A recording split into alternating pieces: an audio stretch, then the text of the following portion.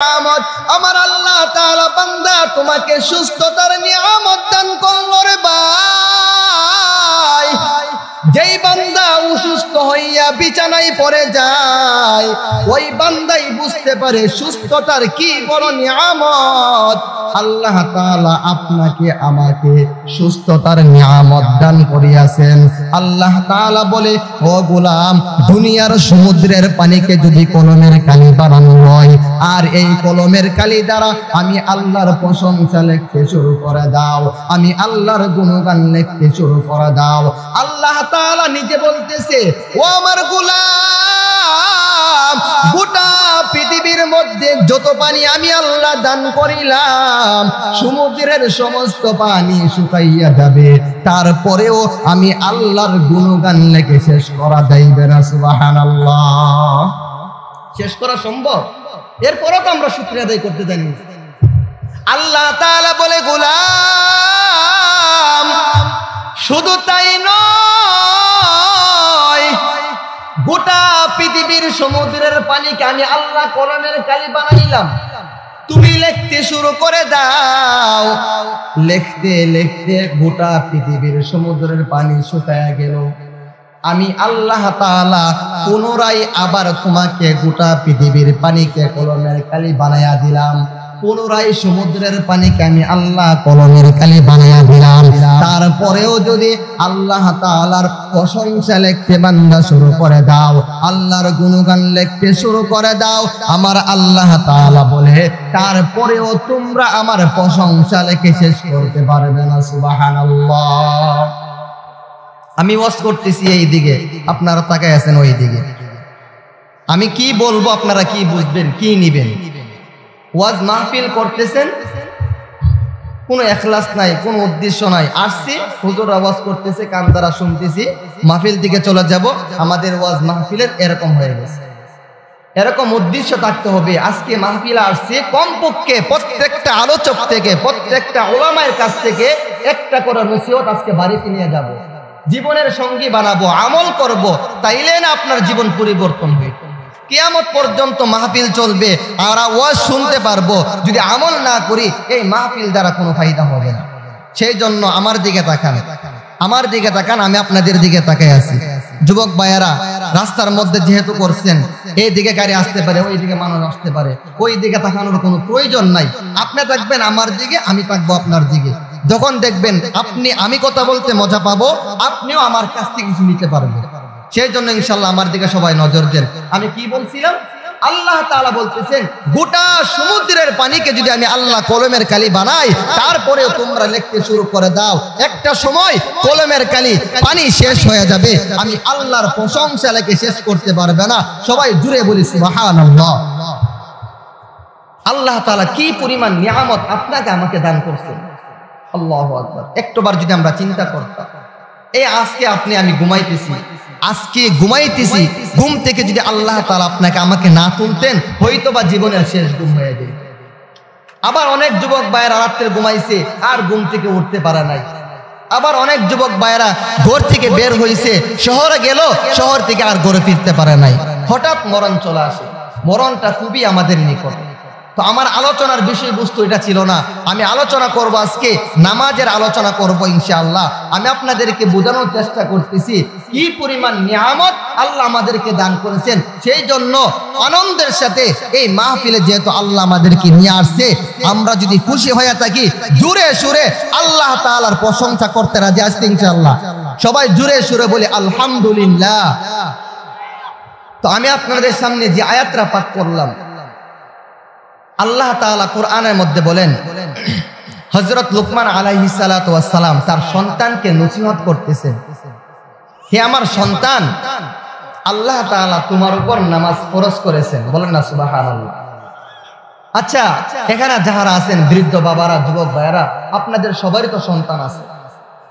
তাহলে একজন নবী তার সন্তানকে কি নসিহত করতেছেন, ওই সন্তানকে যে নসিহতগুলা করেছেন আমি এইগুলো আলোচনা করব। আপনারাও আপনাদের সন্তানকে এই নসিহতগুলো করবেন ইনশাআল্লাহ। এই আলোচনা আজকে নিতে পারবেন তো? আমি চেষ্টা করতেছি আপনাদেরকে বোঝানোর জন্য। আজকে যে আলোচনা করব কমপক্ষে আমার আলোচনা থেকে নামাজের গুরুত্ব এবং সন্তানকে কি আদেশ করবেন, সন্তানকে কোন পথে চালাইবেন, এই আয়াতের মাধ্যমে হাদিসের মাধ্যমে আল্লাহ এবং তার রাসূল আপনাদেরকে জানাইয়া দিয়েছে। ইনশাআল্লাহ আমি সহ সকলকে আমল করার তৌফিক দান করে সকলে বলে আমিন। আল্লাহ নবী আল্লাহ তাআলা কোরআনে বলেন, ইয়া বুনাইয়া আকিমিস সালাতা ওয়া'মুর বিল মা'রুফ ওয়ানহা আনিল মুনকার ওয়াসবির আলা মা আসাবাক ইন্না যালিকা মিন আজমিল উমুর। আল্লাহ তাআলা বলে, মুমিন, ইয়া বুনাইয়া আকিমিস সালাত, হযরত লুকমান আলাইহিস সালাতু ওয়াস সালাম তার সন্তানকে বলতেছে, হে আমার সন্তান, ইয়া বুনাইয়া আকিমিস সালাতা ওয়া'মুর বিল মা'রুফ। বাবা হইয়া হযরত লুকমান আলাইহিস সালাতু ওয়াস সালাম তার সন্তানকে বলতেছে, হে আমার আদরের সন্তান, আল্লাহ তাআলা তোমার উপর নামাজ ফরজ করিয়াছেন, যথা সময়ে সময় মতে আল্লাহর বিধান ফরজ নামাজ আদায় করে নাও। সুবহানাল্লাহ। বাবা হইয়া সন্তানকে আদেশ করতেছি, হে আমার সন্তান, ইয়া বুনাইয়া আকিমিস সালাত ওয়া'মুর বিল মা'রুফ ওয়ানহা আনিল মুনকার ওয়াসবির আলা মা আসাবাক।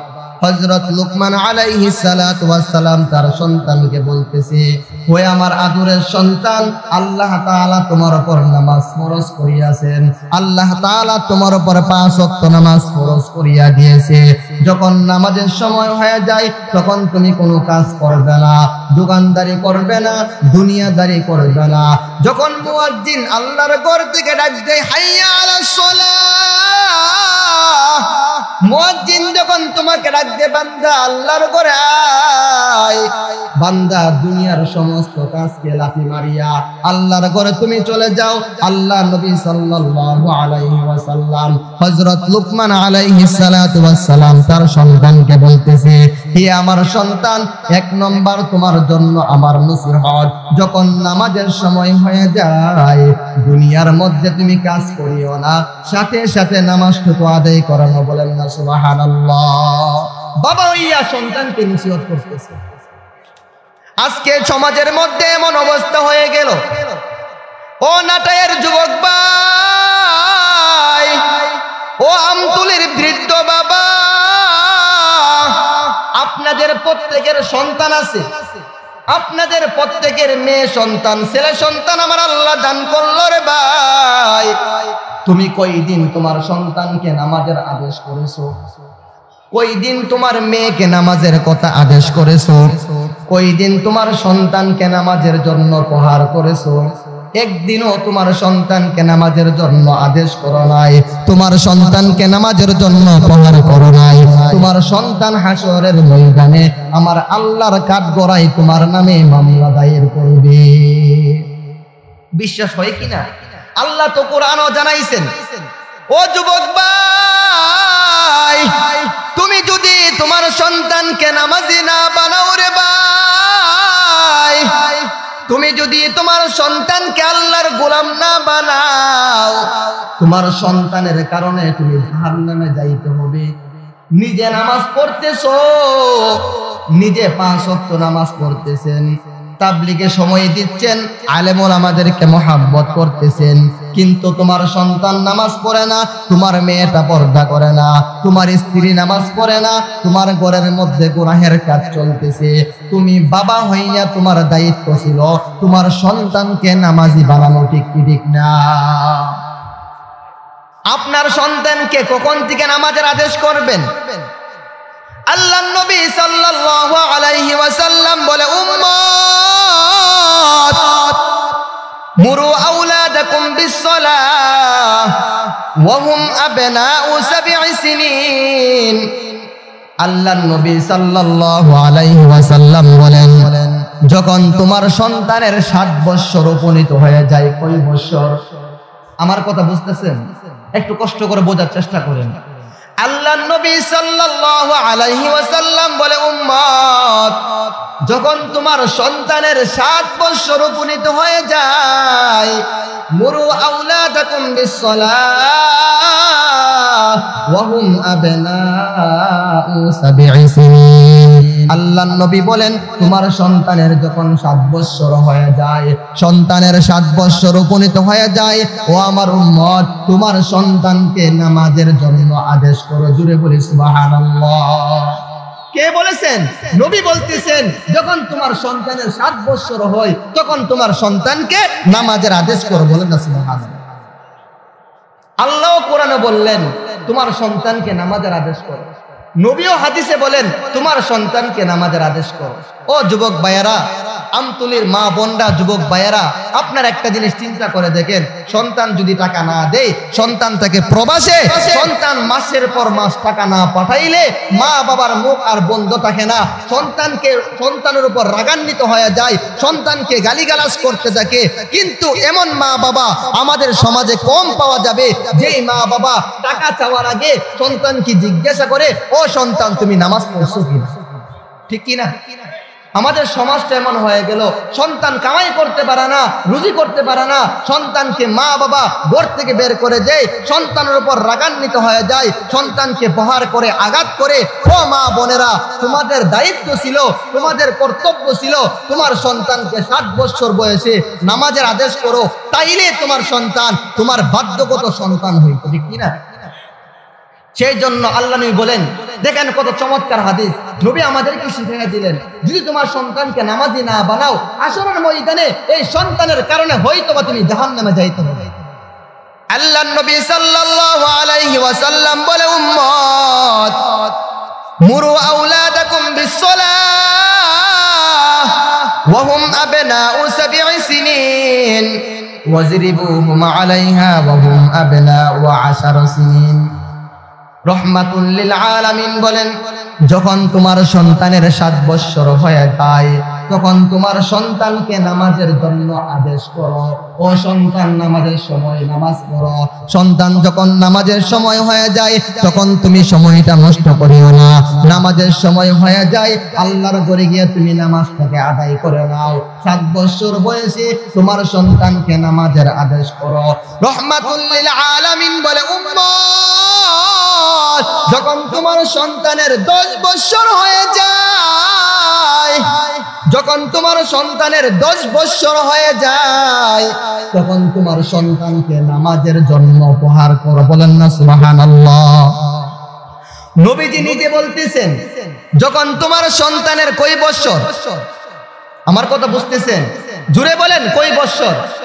যখন তোমার সন্তানের 10 বছর উপনীত হয়ে যায়, ও আমতুলির মা, ও যুবক ভাইয়েরা, খেয়াল করে শুনুন, তোমার সন্তানের যখন 10 বছর বয়স উপনীত হয়ে যায়, মুরু আওলাদাকুম বিসসালাতি ওয়া হুম আবনাউ 7 সিনিন ওয়াজরিবুহুম আলাইহা ওয়া হুম আবনাউ 10 সিনিন ওয়া ফাররিকু বাইনাহুম ফিল মাদাজি'। রাহমাতুল লিল আলামিন বলে, উম্মত, তোমার সন্তানের যখন 10 বছর বয়স উপনীত হয়ে যায়, তোমার সন্তানের যখন 10 বছর পূর্ণ হয়ে যায়, ও যুবক ভাইরা, তোমার সন্তানকে নামাজ না পড়লে নামাজের জন্য উপহার করো। সুবহানাল্লাহ। যদি তোমার সন্তান 10 বছর হওয়ার পর আল্লাহর গোলামি না করে রে ভাই, যখন তোমার সন্তানের 10 বছর হওয়ার পর নামাজ না পড়ে রে ভাই, তখন তোমার সন্তানকে নামাজের জন্য মায়ের দাও, নামাজের জন্য প্রহার করো, নামাজের জন্য আঘাত করো। এই ঘোষণা আপনার আমার নবী আপনাদেরকে আমাদেরকে জানাইয়া দিলেন। কেননা তোমার সন্তানকে যদি তুমি এখন নামাজি না বানাও, হাসরের ময়দানে আল্লাহর কাছে মামলা দায়ের করবে। ও দয়ার মালিক, দুনিয়াতে আমি নামাজ পড়ি নাই, আমাকে জাহান্নামে দিতেছো আল্লাহ। আমি নামাজ না পড়ার কারণে আমাকে জাহান্নামে তুমি নিক্ষেপ করতেছো। আমার মা বাবা আমাকে নামাজের কথা বলে নাই, আমার মা বাবা যদি আমাকে নামাজি বানাইতো, আমাকে নামাজের আদেশ করতো, হয়তোবা আমি আপনার নামাজ ঠিক মতো পড়তাম, আপনার গোলামি ঠিক মতো আদায় করতাম। আমার মা বাবার কারণে আজকে আমি জাহান্নামের আসামি হয়ে গেলাম। আল্লাহর কাছে মামলা দায়ের করবে।